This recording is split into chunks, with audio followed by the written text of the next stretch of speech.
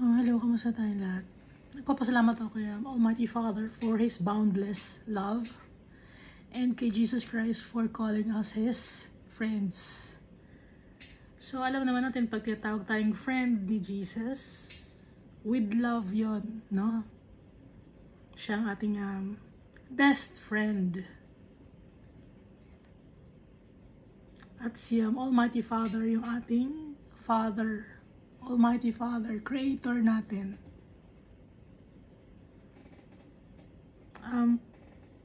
Immense love ang meron si Almighty Father para sa atin, kaya pinadala na si Jesus Christ to save us from our sins through His blood. So, nababasa na natin dito sa Book of Isaiah. Yung prophecy, yung pagdating ni Jesus Christ, yung kanyang ipapanganak siya, na tinawag siyang Emmanuel, meaning God is with us. God is with us, si Jesus Christ, God. Doon pa lang, alam na natin na God si Jesus kasi God is with us, kasama natin. Yun ang nandito sa Bible, kaya si Jesus, God siya. May chinig ako na ibang mga beliefs. Hindi lang, marami pala ang hindi nag-acknowledge kay Jesus na God. Ang alam lang nila, Son of God, Son of Man. Yun lang ang alam nila. Pero they don't know that Jesus Christ is also God. Kasi nga, God is with us, Jesus Christ. At alam natin na nagpapatawad si Jesus ng kasalanan ng tao. Walang prophet na nagpapatawad ng kasalanan ng tao. Alam niyo naman yun, di ba? Kasi yung prophet, siya yung inuutosan ni Almighty Father. At siya ay tao na katulad natin. Si Jesus, iba siya. Kasama na siya ni Almighty Father. Simula pa nung makreate tayo. Kaya iba si Jesus. Iba ang prophet. Okay? At kay Jesus ibinigay ang power and authority. Kung gusto kong ulit-ulitin yun para maintindihan ng iba, hindi nila alam. Or kung alam man nila, dahil gusto nilang parindigan yung mga itinuro sa kanila, gusto nilang parindigan yung mga tao, hindi nila ngayon mabawi yung mali nilang turo. Why? It's because of pride. Ngayon, meron silang responsibility and accountable sila kay Almighty Father sa mga kaluluwa na mapupunta sa impyerno.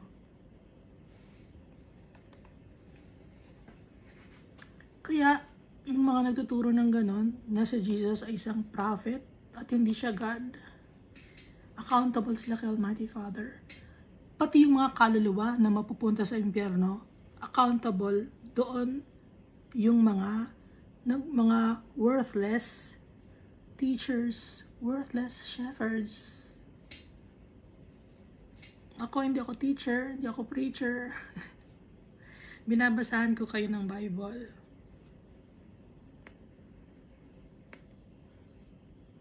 Wala akong background sa Bible.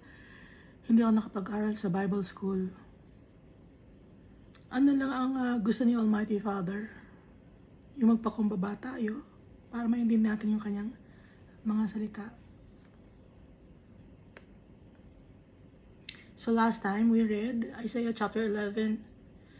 So this is all about Jesus. Siya yung branch o yung rod na galing sa lineage ni Jesse. So from Abraham, Isaac, Jacob, Judah, tapos mga anak ni Judah. Sino ba yung mga anak ni Judah? Dalawa yon, yung isa doon, no? Tapos si Obed, si Jesse, and then si David, and then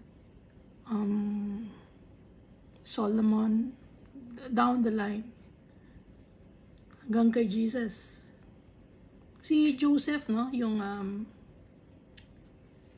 tatay-tatayan ni Jesus Christ. Lineage din siya ni Judah, tsaka ni Jesse. Pati na rin si Mary. So, kay Jesus Christ, the Spirit of the Lord shall rest upon Him. So, na kay Jesus Christ, yung Spirit ni Almighty Father, nasa Kanya yung Spirit of wisdom and understanding kay Jesus Christ, counsel and might, Spirit of knowledge, and the fear of the Lord, na kay Jesus Christ. At masaya siya na sundin ang mga pinagutos ni Almighty Father. More than willing si Jesus Christ to give His life for us. Although, alam niya na masakit yun, dahil malapit na nung time na yun, nung nabasa natin sa Matthew, Mark, Luke, and John, alam niya masakit yun. Pero alam niya rin na kailangan pagdaanan niya yun. Naiintindihan niya yun. Para tayo masave. Para maintindihan natin ang buhay. Para malaman natin na yung Savior natin dumaan sa paghihirap. So tayo, dumadaan din tayo sa paghihirap, sa trials and tribulations. Yung pinagdaanan na Jesus, yun ang pinakamasakit. Meron bang naipako sa atin? Meron ba na flinagellate or pinalo ng bakal sa likod? May nagkinurunahan ba sa atin ng tinik? Meron ba ganon, no? So, si Jesus Christ lang naka-experience nun. Yung mga apostles, sabi sa history, wala naman kasi sa Bible, some of them were crucified upside down, baliktad yung cross. Pero, hindi tayo sure, no? Kasi, wala naman sa Bible. Ang nandito lang sa Bible na pinatay na naka-indicate dito sa Bible was the death of James, the brother of John the Beloved, or John the Evangelist. Kaya kay Jesus Christ, yung righteousness nasa Kanya. Yun ang daladala niya lagi. Righteousness and faithfulness to the Almighty Father. Faithful din sa Jesus Christ sa atin. At dahil doon, magiging tahimik ang mundo. Dahil si Jesus Christ ang Prince of Peace. Siya ang maghahari sa mundo. Darating ang time, no? Siya mismo. Wala siyang i-assign na tao. Siya mismo. Dahil si Jesus Christ, Son of God, Son of Man, may flesh siya. So siya mismo ang magtatayo. Siya mismo ang nakalagay na yung sa kingdom niya, i-assign siya ni Almighty Father. Okay? Nabasa natin sa Book of Revelation. And also here in Isaiah. Kaya sa kanyang government, magiging tahimik. Walang walang corruption, walang kasalanan.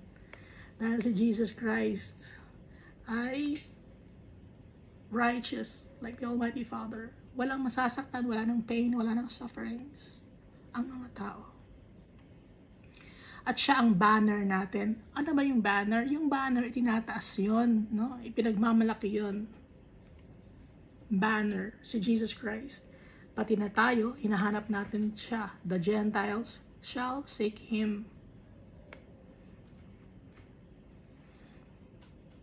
Darating siya for the second time around. So the first time was when He was born in this world. And then after 33 years, He was crucified and He died. And He rose again from the dead after 3 days. So that was 33 AD, or sa ngayon, gusto nilang itawag sa AD ay CE. But as followers of Christ, it's Christ era. It's not common era. Yung CE. Kasi yun ang gusto nilang gamitin ngayon, Pero yung the year itself, nakabase kay Jesus. Bakit hindi na naiintindihan yan? Dahil blinded sila by Satan. At so, in the four corners of the world, may tataas ang pangalan ni Jesus Christ. At titipunin niya lahat ng mga tao, the remnant of His followers. Titipunin niyo lahat from all over the world. So iba-ibang mga lahi, mixed race.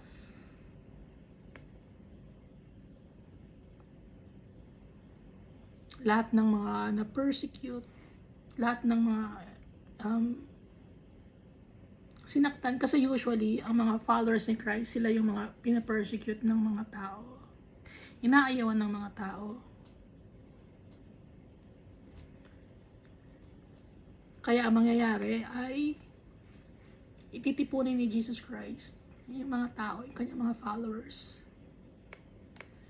at mawawala na ang inggit ni Ephraim at yung kalaban ni Judah ay mawawala na rin. So magiging iisa na ang tao, iisa ang hangarin, kaisa ni Jesus Christ.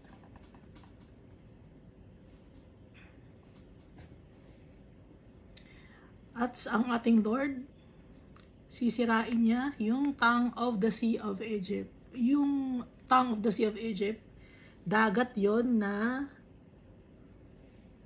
di ba ang dagat, maalat. Yung dila ng dagat ng Egypt na kasalanan, symbolizes kasalanan na nakakasira, kasi yung tubig alat nakakasira din yun, no? Nakaka-erode ng kahit kinakalawang, no? Ang mga metals.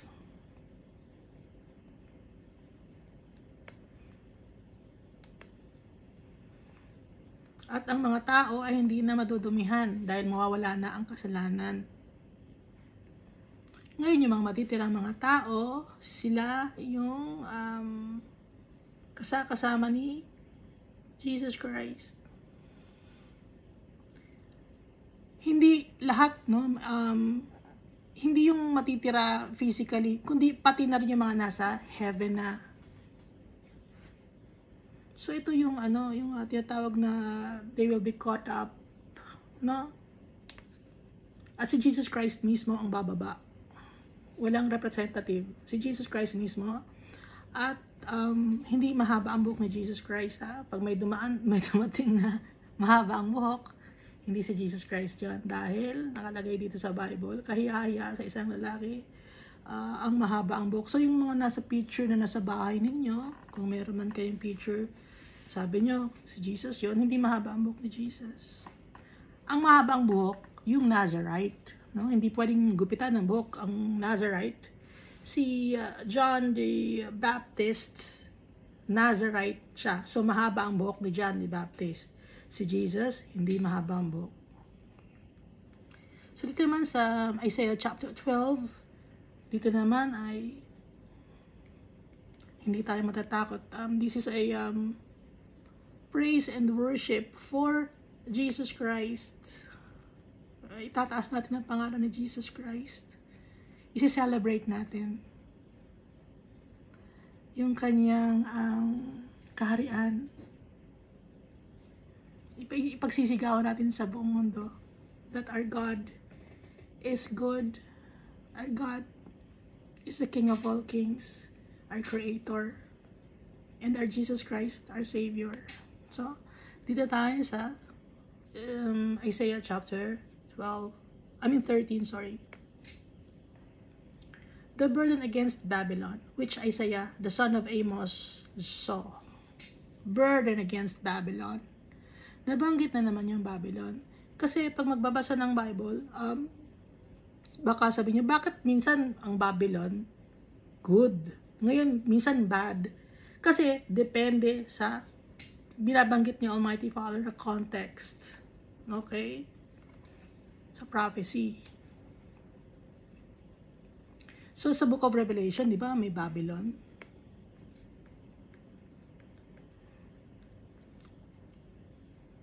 Sa Book of Revelation, chapter 19. So, ang Babylon ay ang mundo na to. Punong-puno ng kasalanan. Tayo. Makasalanan tayo. At wala naman talagang tao ang worthy na makapunta in heaven, na makasama si Almighty Father. Kaya lang tayo masisave dahil sa awa, dahil kay Jesus Christ, sa kanyang dugo. Kaya lang tayo masisave. Pero through our works, walang worthy sa atin dahil makasalanan tayo. Kaya magpasalamat tayo lagi kay Jesus Christ. So sa verse 2 ng Isaiah chapter 13, lift up a banner on the high mountain, raise your voice to them, wave your hand, that they may enter the gates of the nobles. So, tatawagin natin yung ating mga brethren, i-share natin sa kanila yung word of God, no? Para that they may enter the gates of the nobles. Tayo to, ililift natin yung banner on the high mountain.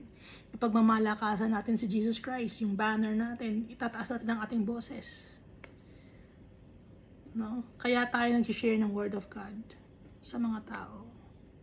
So verse 3, I have commanded my sanctified ones, I have also called my mighty ones for my anger, those who rejoice in my exaltation. Tinatawag ko ang aking mga sanctified ones, sabi ni Almighty Father. Tinatawag ko din yung mga mighty ones ko para sa aking galit. Those who rejoice in my exaltation, dun sa mga nag-celebrate na itinataas ang pangalan ko.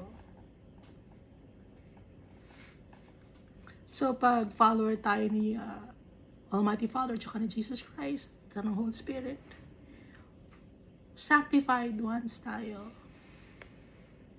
Ano ba yung sanctified?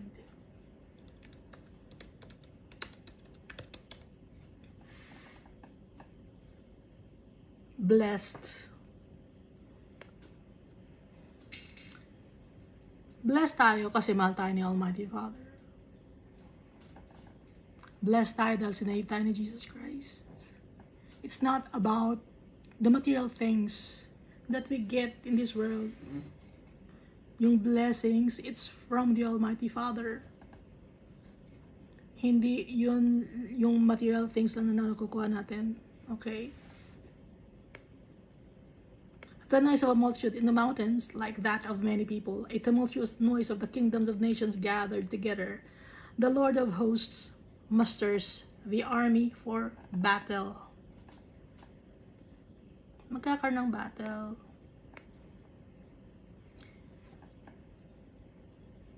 Alam niyo yung battle? War. Yung war, hindi lang yun may mga barel, no? Kundi ang war, it's spiritual warfare. They come from a far country, from the end of heaven, the Lord and his weapons of indignation to destroy the whole land. Sisirain ang buong mundo dahil sa kasalanan.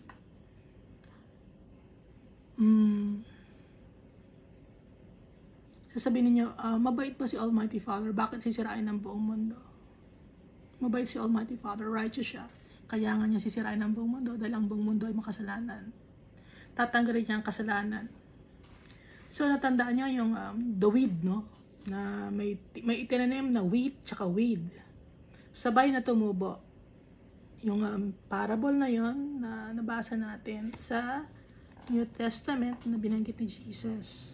So, ito na yon. Therefore, all hands will be limp. Every man's heart will be melt, matatakot, magiging mahina ang mga tao. Wail, for the day of the Lord is at hand. It will come as destruction from the Almighty. Sisirain ng mundo. So, nakalagay ito sa Book of Revelation. So, nasa Old Testament and nasa New Testament din. Because of the sins of people. Because people are wicked. Wicked tayo lahat. Kaya kailangan natin si Jesus, si Almighty Father. Dapat tayong matakot sa Kanya.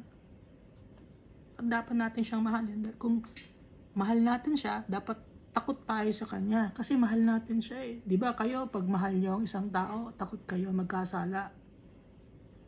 Ha? Pangs and sorrows will take hold of them. Mga tao matatakot. Yung mga hindi naniniwala kay Almighty Father.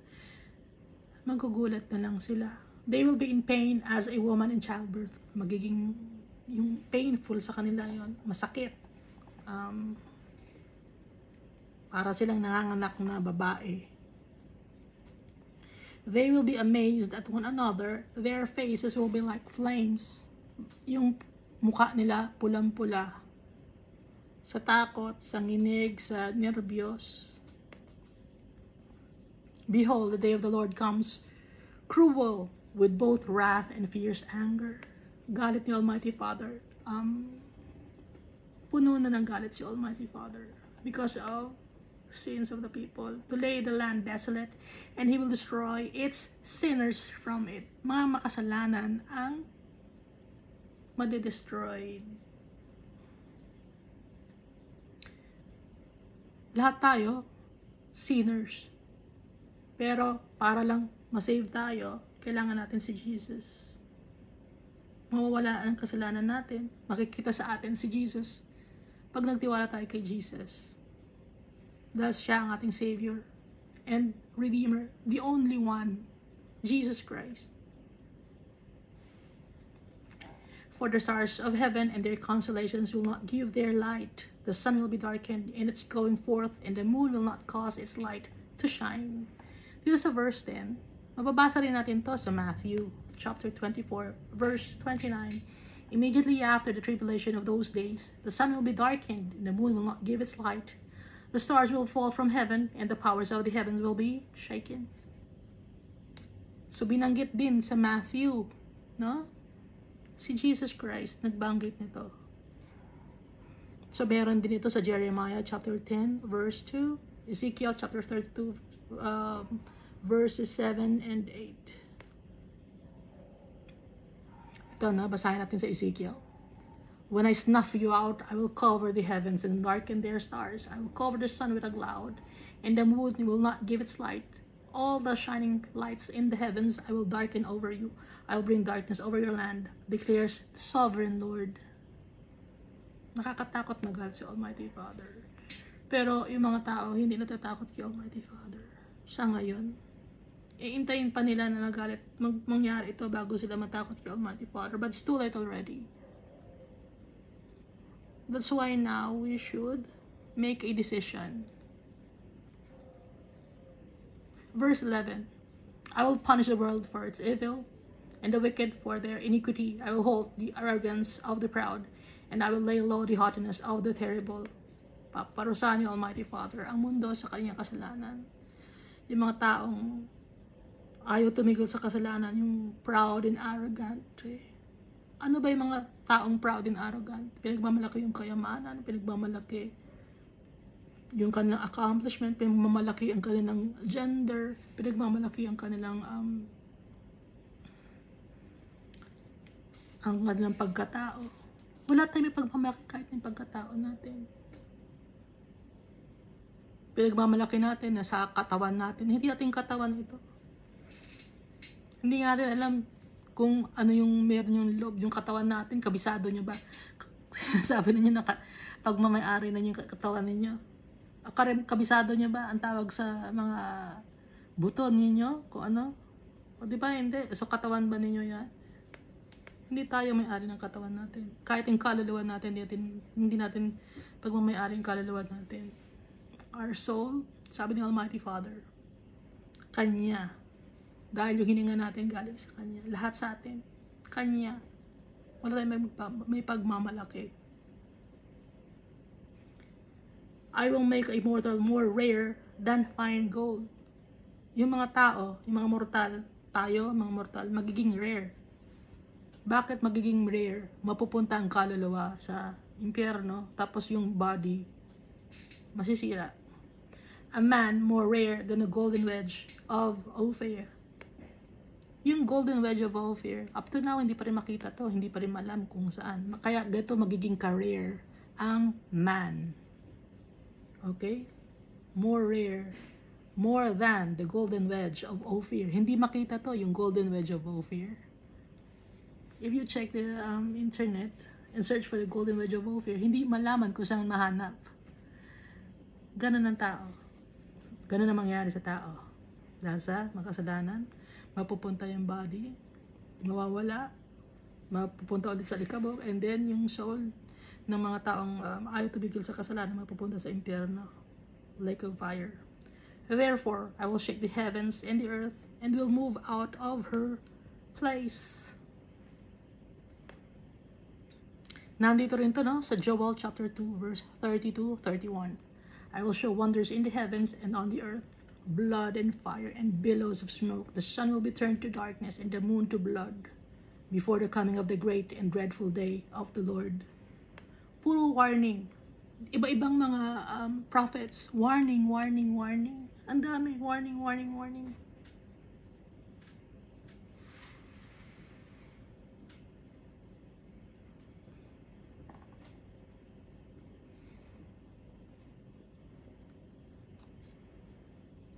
The wrath of the Lord of hosts, and in the day of his fierce anger. Itong version na binabasa ko, New King James Version. Ang New King James Version, sabi ni Almighty Father, ito ang babasahin ko. Si Almighty Father nagsabi sa akin, kasi hindi ko maiisip na itong basahin ko kung hindi siya nagsabi.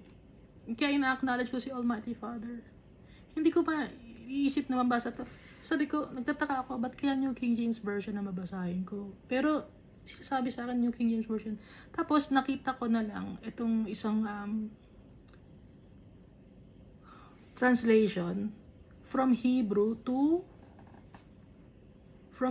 English. Word for word. Kaya New King James Version ang binabasa ko. So if you check the BibleHub.com, meron doon interlinear Bible. So makikita mo dito, pero ang basa ng interlinear Bible ng Hebrew to English, dapat ang basa mo from right to left. Ganun pala ang basa, no? Pag Hebrew, right to left. Kasi dito ako una, kasi naka-mirror kasi ito. Dito ako unang magbabasa eh. Pero nakasalita ng Hebrew. Pero under the Hebrew words and the Greek words, English na. Tapos pabaliktad ang basa pala, ganun Kaya pala ito pala, nun ko lang naintindihan, no?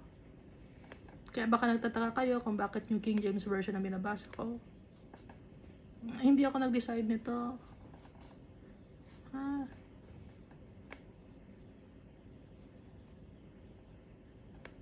Meron pa rito sa Revelation chapter 8, verse 12, the fourth angel sounded the trumpet, or his trumpet, and a third of the sun was struck, a third of the moon, and a third of the stars, so that a third of them turned dark. A third of the day was without light, and also a third of the night. So, nagko-corroborate, no? Nandito sa Book of Isaiah, sa Joel, sa Revelation, sa Ezekiel. Lahat, sila, sama-sama sila. So, itong Bible, totoo to, iba-iba ang nagsulat nito, mga prophets. It's a warning from our Father na galit siya. At kanino tayo lalapit? Kay Jesus Christ, kasi siya ang bridge natin to the Almighty Father. Si Jesus Christ, huwag na kayong lumapit pa sa ibang mga saints. Huwag na kayong lumapit pa sa mga kamag-anak ninyo na mga namatay na. Huwag na. Kay Jesus Christ.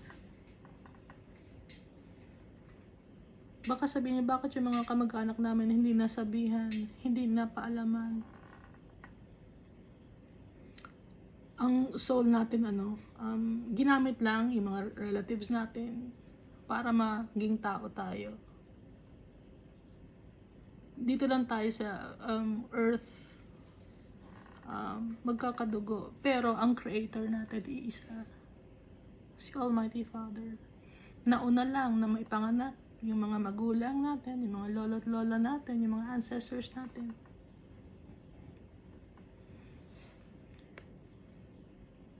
So, hindi imposible na nakarinig din sila ng salita ng Diyos. Pero, huwag tayong mag-alala kung nasaan man sila sa ngayon.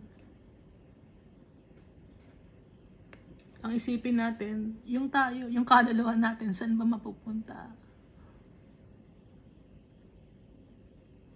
Ngayon ang isipin natin. Verse 15, everyone who is found will be thrust through, and everyone who is captured will fall by the sword. Yung sword, word of God to, salita ng Diyos, sa salita lang ni Almighty Father. Salita lang ni Jesus. Nakakasakit na, di ba salita lang ni Jesus, gumagaling na ang tao. At sa salita rin niya. No? Hindi pa lang ginagawa sa ngayon dahil naawa pa si Almighty Father, may mga tao pa nalalapit kay Jesus. Sabi ni Almighty Father, return to me so that I will return to you. Verse 16, their children also will be dashed to pieces before their eyes. Their houses will be plundered and their wives ravished. Baka sabihin ninyo, bakit pati mga bata kasama na matutupok ang mga bata, no? May mga soul. Innocent sila. Yung body, talagang sirain ang body natin. Ano yung sirain? Konting, di ba, konting, nasusugatan na tayo. Pero, yung kaluluwa, hindi. Intact pa rin yung soul. Yung soul ng mga children, mapupunta kay Almighty Father yan because they are innocent. Naiintindihan ninyo? Ang nakakatakot, yung soul ng mga matatanda. Yung mga bata, kahit yung body nila ay mawala, yung soul naman nila papunta kay Almighty Father because they're innocent. Pero may mga bata na nagkakasala, na pumapatay na ng tao at the age of 8. Serial killer na panood ko, 8 years old siya, 3 bata, 3 babies nang pinatay niya. Ngayon, kaya importante na yung mga bata, turuan din natin ng tama. Kasi at the age of 8, nakakapatay na siya ng tao. At the age of 6, nagkakaroon na siya ng mind na gumawa ng mali.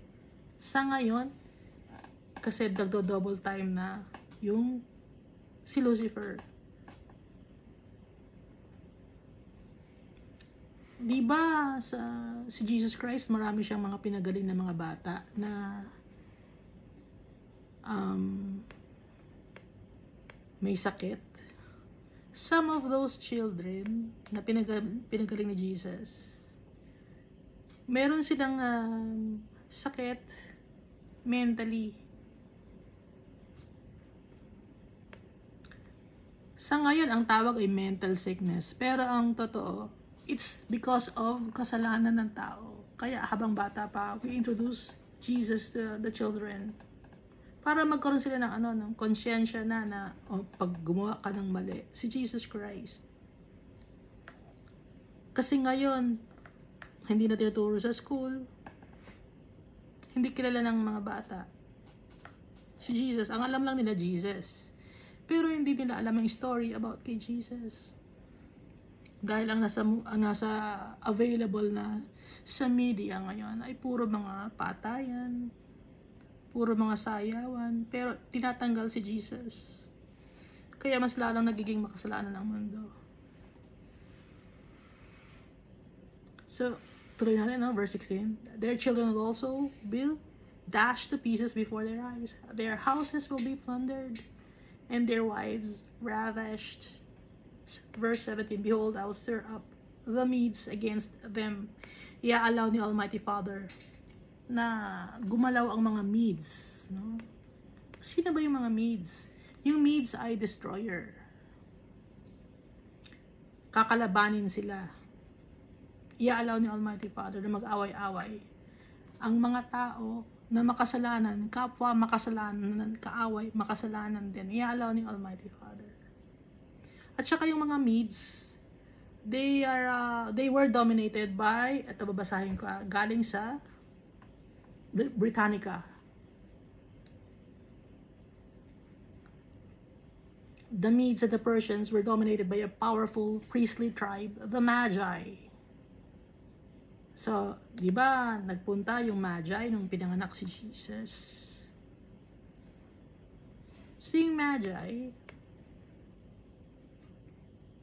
hindi sila follower ni Jesus, pero nakita lang nila yung star. inallow ni Almighty Father na makita ng mga magi, yung star. Inallow ni Almighty Father yun to announce to the whole world, to all the people, na ipinanganak na yung Savior. Kaya pati mga magi, kahit hindi sila kay Almighty Father, in-announce, no? Dahil pinanganak na yung King of Kings and Lord of Lords, Jesus Christ.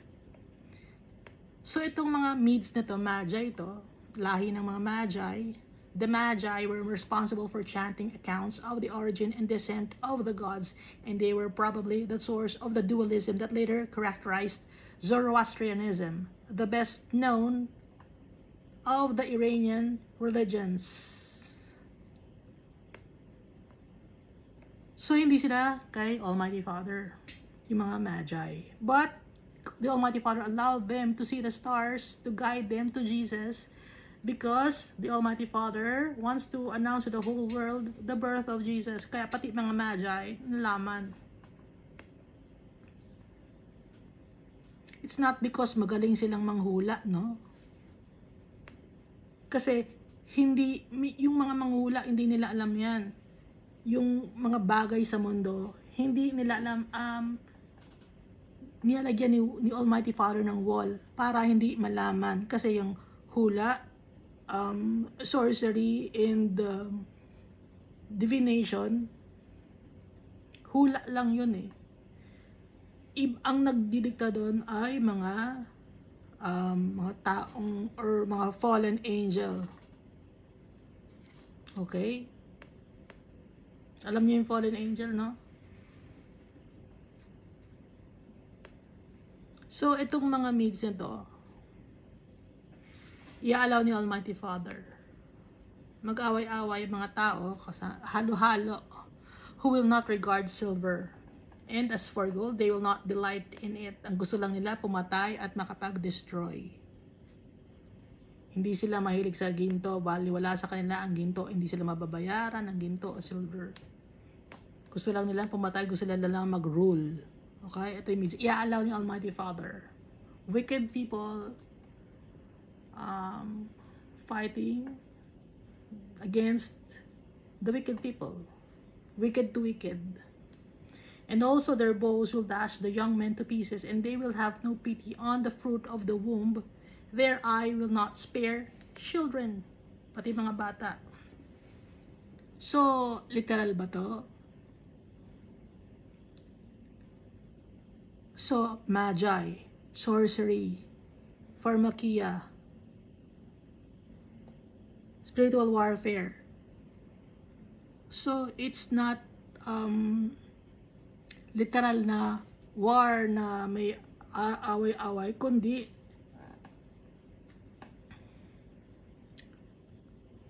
may idadaan sa ibang paraan. Okay? Idadaan sa ibang paraan. Sa gamot, sa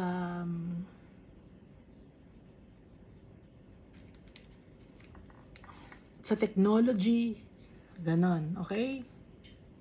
In Babylon, the glory of kingdoms, the beauty of the Chaldeans' pride, will be as when God overthrew Sodom and Gomorrah. Ano mangyayari sa Babylon? Yung kanyang glory ng Babylon, yung ganda ng pride, ng Chaldeans' pride. Kasi mga tao na nasa Babylon, ang tawag sa kanila yung mga Chaldeans or Chaldeans.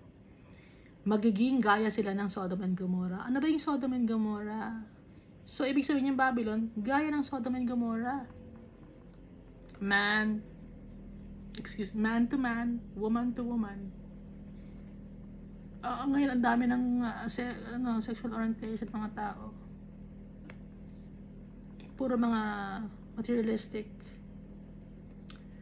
prideful, egoistic, selfishness, greediness. It will never be inhabited. Gaya ng Sodom. Up to now, yung Sodom and Gomorrah, hindi na matirahan ng mga tao.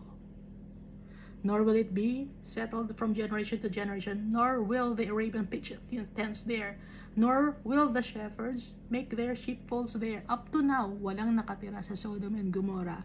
It's a barren land. Hindi tumutubo yung mga halaman.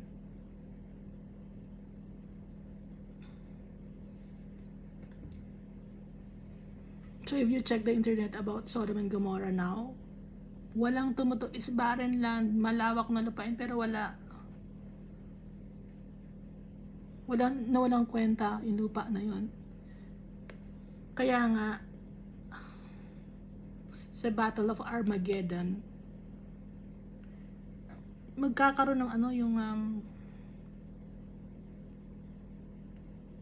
parang yung land desolate, hindi na fruitful, hindi na magiging gaya ng dati, hindi na mas sa ngayon maganda ang may mga maganda tayo, mga tourist spots na napupuntahan, di ba?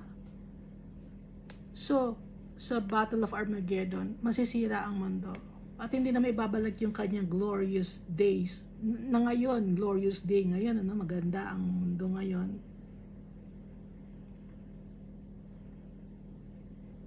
So yung time na yun, sira na ang mundo.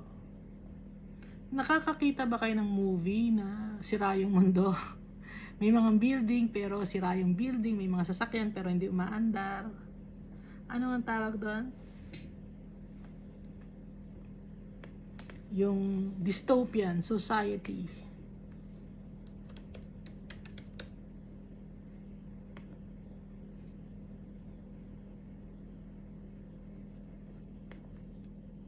Terrifying, gloomy society. Dystopian.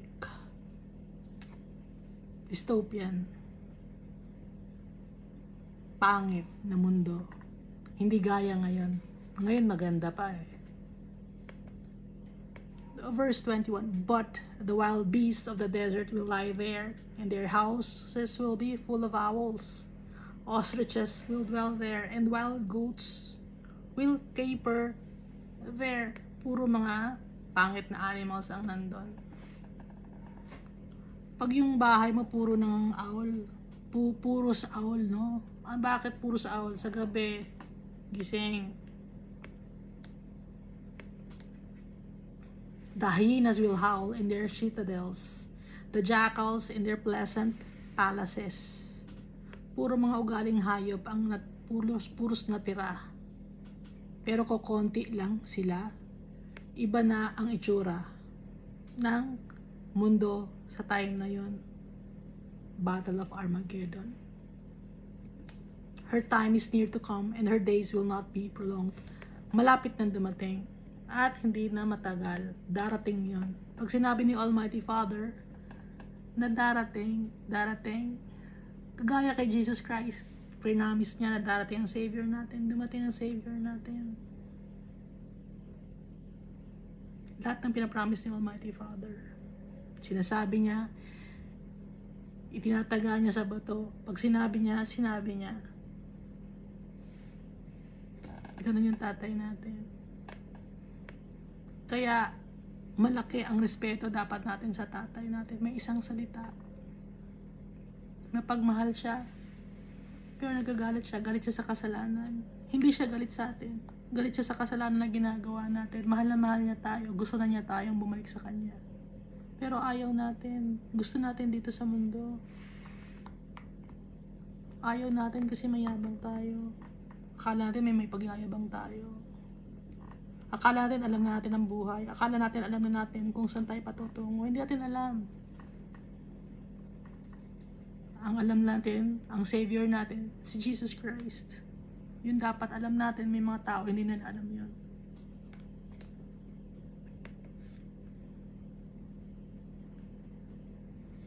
Kaya dapat tayong laging magpe-pray, lalapit sa tatay natin. Magpapakumbaba. Gusto ni Almighty Father, humble ourselves before God. Si Jesus Christ, kaya siya hindi mayaman nung pinanganak dito sa mundo. And up to the time that He was crucified and resurrected and ascended into heaven, hindi siya mayaman. Kasi nga, tayo, gusto ni Almighty Father, gayahin natin si Jesus Christ na humble. Yun ang ibig sabihin.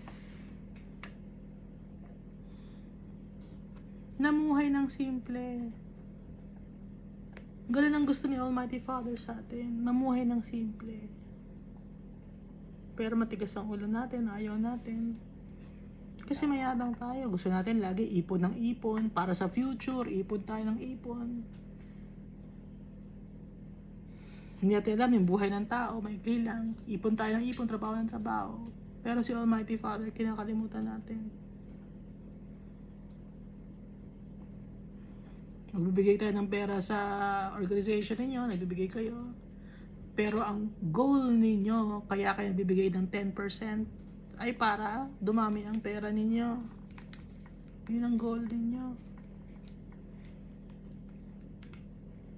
Minsan magtataka kayo, bakit akala ko ba 10% bibigay, pero hindi naman ako yung mayaman. Napupunta yon sa health mo. Okay? Yun ang blessing ni Almighty Father, kahit hindi 10% na ibibigay mo. Pwede. Just give your whole life to Jesus. Denying yourself. Take up your cross and follow me. That's what Jesus said.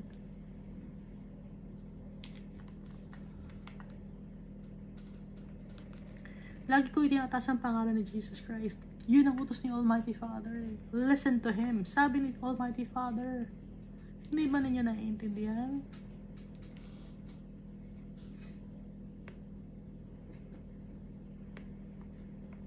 Ulitin ko pag magbabasa ng Bible, not only one verse or two verses or one story.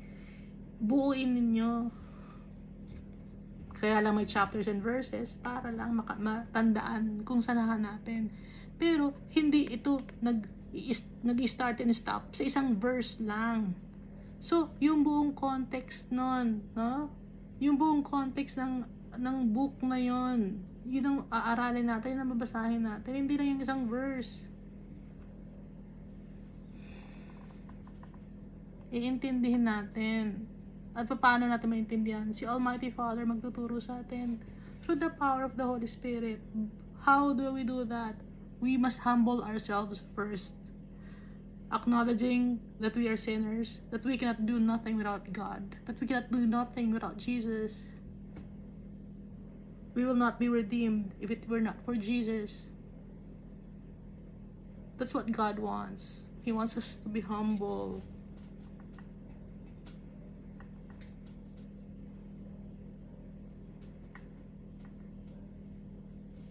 At magpapasakop. Dahil alam naman ni Almighty Father that we are weak. Hindi rin alam weak tayo. Hindi niyo ba alam na weak kayo? We are weak. Mahina tayo. Akala ninyo malakas ang katawan ninyo, matalino kayo. No! The Lord gives and the Lord takes. Pag tinanggal na ni Almighty Father lahat ng mga pinagyayabang, asan na? Saan na tayo pupulutin? That's why the Lord wants us to be humble.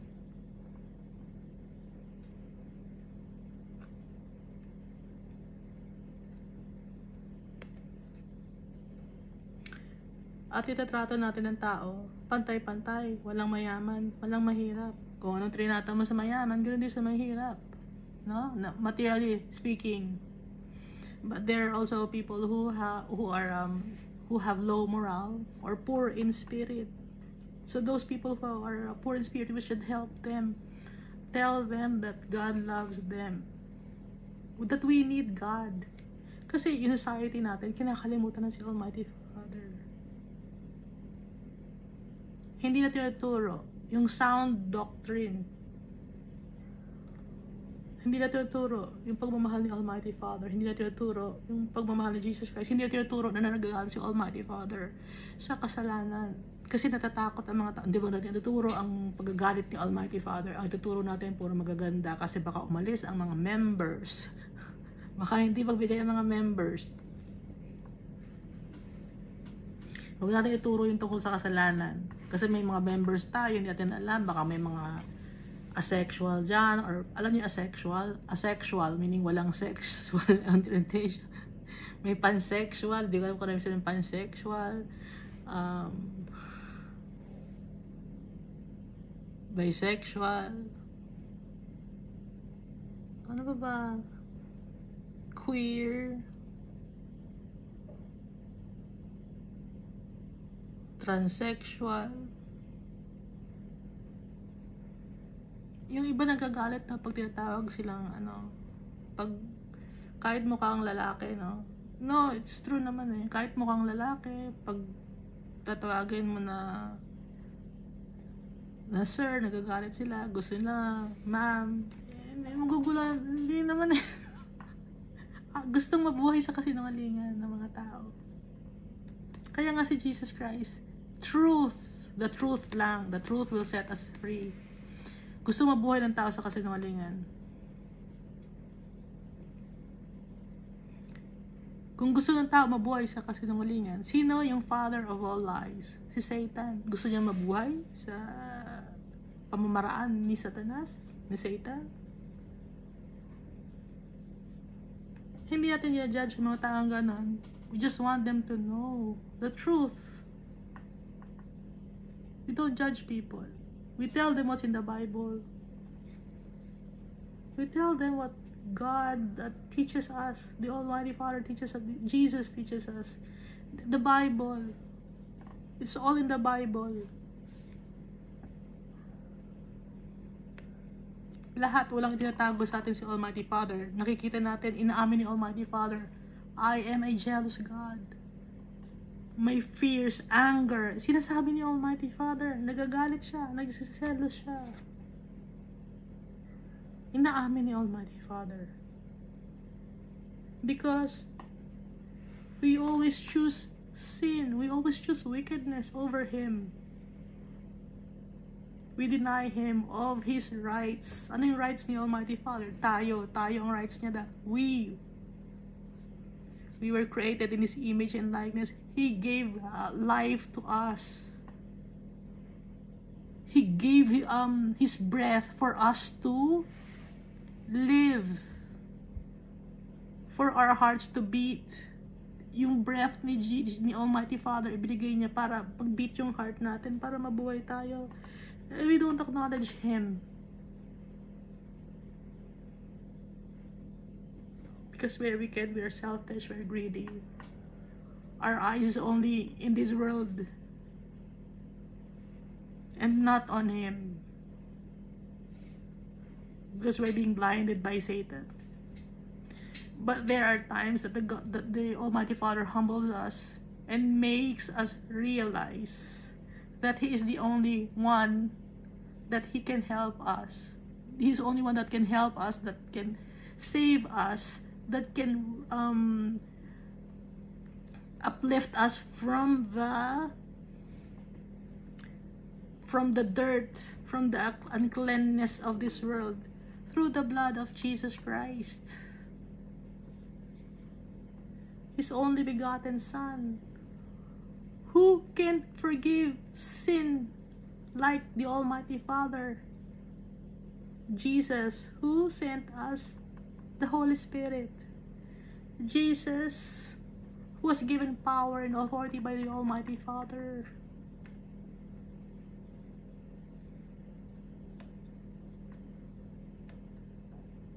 The love of God is so vast, immense. It's full of life and joy and peace. That's what He is giving us. He is offering to us. He's willing to give to us a place with Him, to live with Him and Jesus Christ in their heavenly abode. Sabi ni Jesus, in my Father's house, there are many mansions.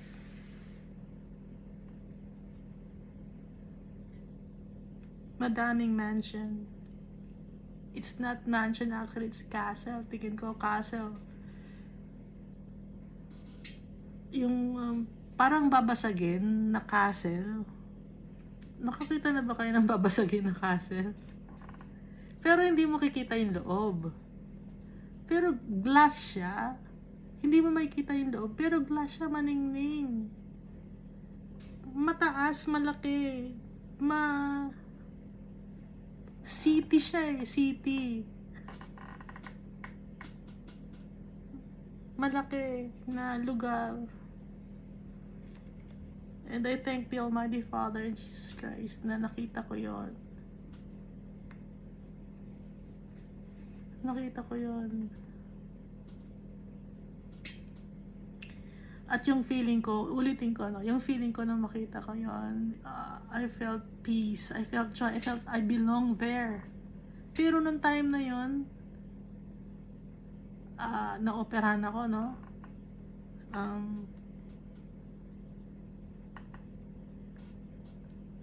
Naramdaman ko, I belong here, I love it here. Sabi ko, gusto ko na dito. Baliwala na sa akin yung mga bagay sa mundo. Nung makita ko yan, gusto ko na dito. Tapos, I heard a loud voice. It's not your time yet. It's not your time yet. And my heart sank. No! Aapela ako. Gusto kong umapela. No, I want to live here. Can I stay? Wala eh. Pag ano, na parang nagising ba ako? O na parang, kasi dream ba yun? Hindi ko alam kung dream yun or vision yun. Pero it's very vivid. And I was floating. Hindi ko alam kung, pero alam ko may kasunod ako eh. I was floating. At may kausap ako. Nag-usap kami. Hindi naman mabubuka yung bibig ko. Pero nagkakaintindihan kami through mind. Ba't ganon?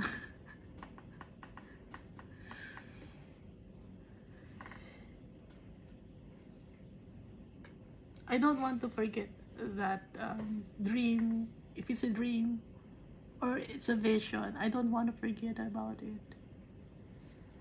Gusto ko siyang laging maalala. Because the peace that I felt there was amazing. Joy. So, iba. Yung saya, yung peace, iba. Na naramdaman ko, I belong here. This is my home. So, before tayo napunta dito sa mundo, our home is really with our Father. Inallow ni Almighty Father na mapunta tayo dito sa mundo to experience pain, sufferings, trials, temptations, and all. Para nang sa ganon, pag napagtagumpayan natin ang mga bagay dito sa mundo, babalik na tayo sa tatay natin na pag hindi natin napagtagumpayan, pinipili, di ba? Namimili ng mga maraming create si Almighty Father na flames of fire. So, yung mga flames of fire na yun, tayo yun, lahat ng tao, we know we came from the Father. But, when we were born to this world, wipe out lahat yun. Yung alam natin, wipe out. Gaya ni Jesus, di ba? Ano ang sabi kay Jesus? Hanggang sa lalaki siya, nang mahirap siya, at maiintindihan niya, i-choose niya ang good over evil because of the process that he went through when he was a child, yung kanyang hirap. Kaya natuto si Jesus Christ. And then naalala niya, ipinapaalala ni Almighty Father. So tayo din, ganon. Ngayon, yung ibang mga tao, hindi nila maalala. Nabulag sila ng mundo na to. But we are blessed because pinaalala sa atin ni Almighty Father. And I believe also na pinapaalala rin sa ibang mga tao, pero they don't want to believe God. They don't want to believe Jesus. At yung iba naman, napunta naman sa ibang mga paniniwala. But we all came from the Father. And we have to go back to the Father. Paano mangyayari yon? By trusting Jesus. Because of Jesus, our Father will accept us. Our name should be written in the Lamb's Book of Life. At pag nasa heaven na tayo, or nasa heavenly abode na tayo, bibigyan tayo ng bagong pangalan ni Almighty Father. He will give us a new name.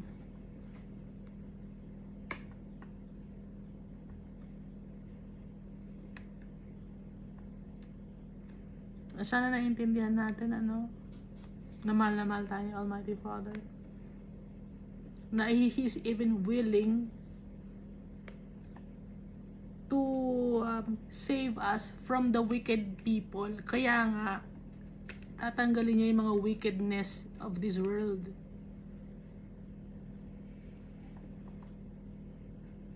At yung mga taong hindi siya pinili, they will be thrown into the lake of fire.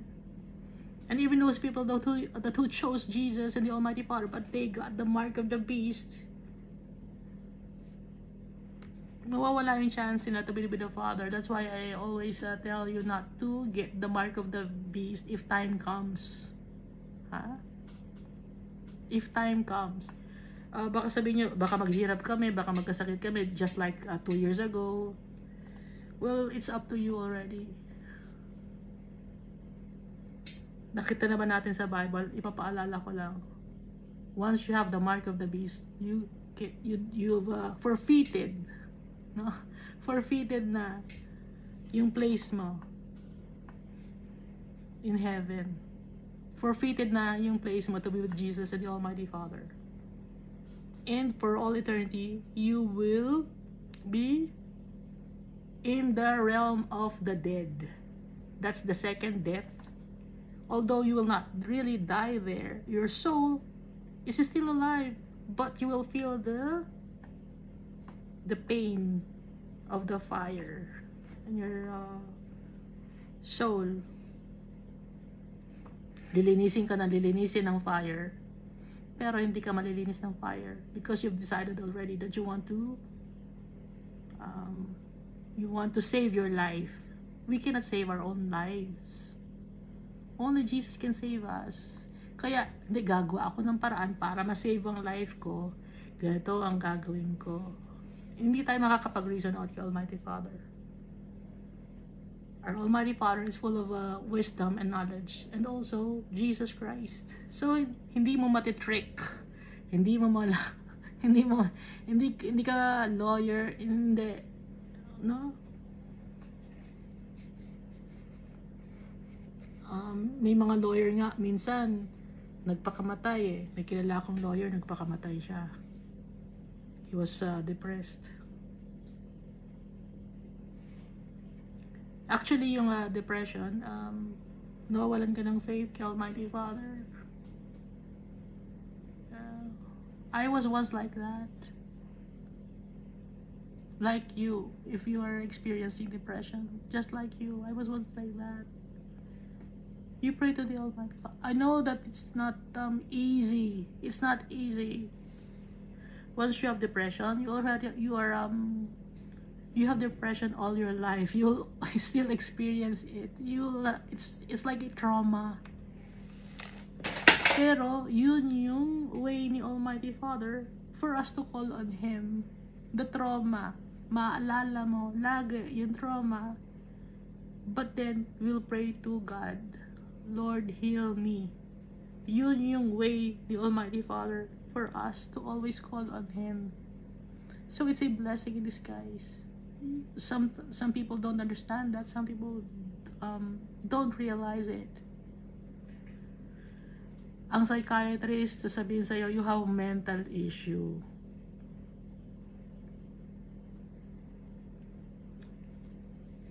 Ang issue talaga ng tao ay ang kasalanan.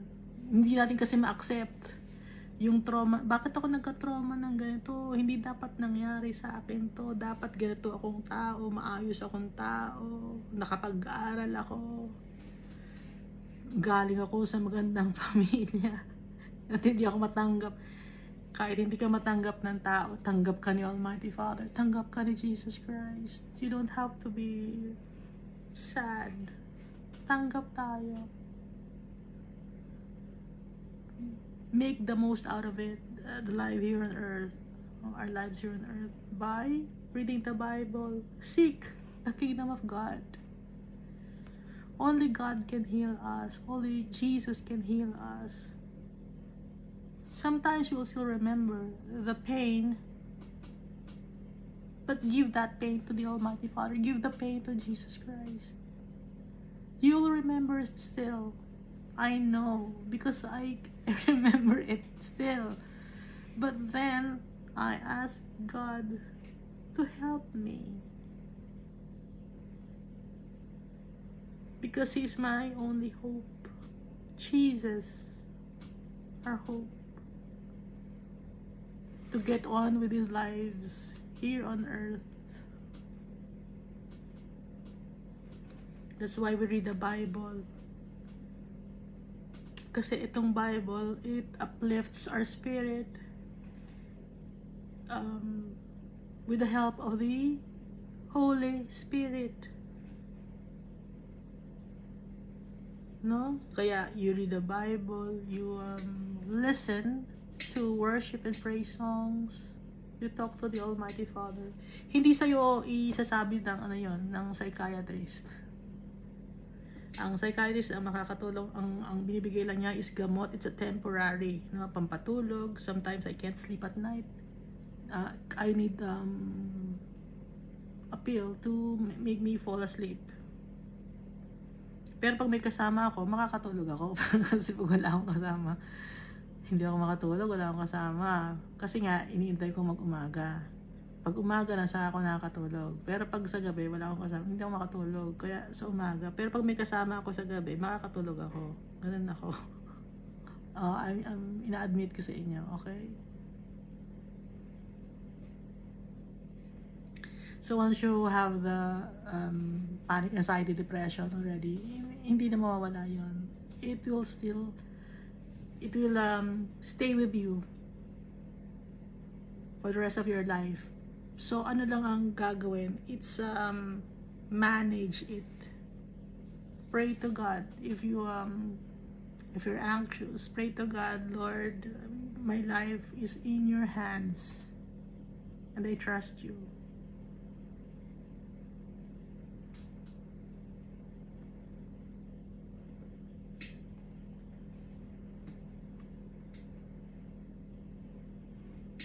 Kaya hindi natin maiwasan, may mga wicked people who will treat us badly. Okay? So that's traumatizing. Pero meron tayong way, may gamot, si Jesus Christ, si Almighty Father. Iiyak mo kay Almighty Father, iyak mo kay Jesus Christ. Yung sadness mo, yung anxiety mo, iiyak mo kay Jesus Christ. Isumbong natin kay Jesus Christ. But not to the point of telling God to punish those who have hurt you, no? No, don't do that. Just pray to God na you bless those people who have hurt me.